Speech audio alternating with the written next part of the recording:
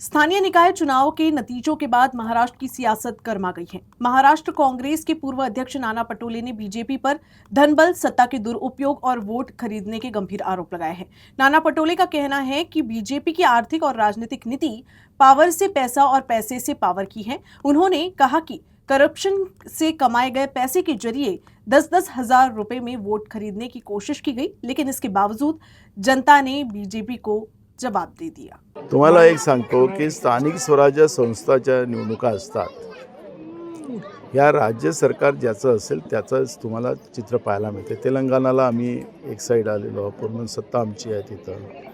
इथं तर त्यांना तेवढा निकाल घेता आला नाही, आम्ही तर तेलंगणाला अजून याच्यापेक्षा जास्त मोठा निकाल घेतला। केरळमध्ये ती काँग्रेस पुढे आलेली आहे। अनेक ठिकाणी देशातल्या अनेक भागामध्ये काँग्रेस पुढे आहे।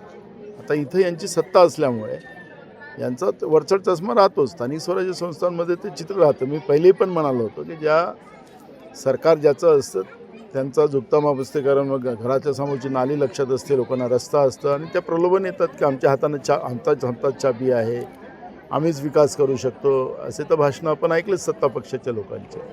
त्याच्या प्रलोभनात लोक जातात। उन्होंने कहा कि म्युनिसिपल काउंसिल के चुनावों में कांग्रेस कई जगह आगे रही है। हालांकि नगराध्यक्ष पद के उम्मीदवारों में पार्टी पीछे रह गई। इसके बावजूद कांग्रेस के पक्ष में वोट प्रतिशत अधिक रहा। काही होत नाही, हे एक त्या पद्धतीचा एखादा मुद्दा ठेवतात, पण त्याच्या मागे हे जे आर्थिक जे मानसिकता जी बीजेपीची आहे आता आणि भ्रष्टाचाराने कमवलेल्या पैशाची उधळपट्टी ज्या पद्धतीने होते ते आपण पाहिलं आहे की एक 10-10 हजाराचं मत विकत घेण्याचं काम त्या लोकांनी केलेलं आहे। तरी लोकांनी त्यांना एक प्रकारचं उत्तर दिलेलं आहे की आम्ही तुम्हाला या सगळ्या प्रॉब्लेमात येणार नाही, तर मग तर सगळं राहिलं असतं तर सगळं साफ झालं असतं। लोकांनी उत्तर दिलेलं आहे एवढं म्हणेल आणि या सगळ्या गोष्टीचं आम्ही एक आत्मचिंतन करतो।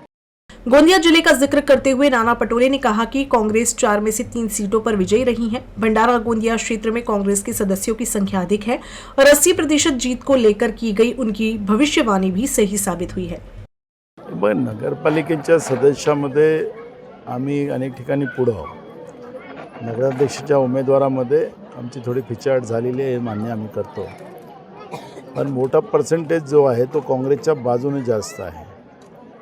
आणि मी तुम्हाला सांगितले की निवडणुकीमध्ये सत्ता आणि सत्तेतून पैसा आणि पैशातून सत्ता हे जे बीजेपीचं नवीन धोरण आहे त्याच्यामध्ये अनेक लोक त्या प्रलोभनात येतात आणि मग 5 वर्ष महागाई, बेरोजगारी, शेतकऱ्यांच्या प्रश्नामध्ये लोक गुंतलेले असतात।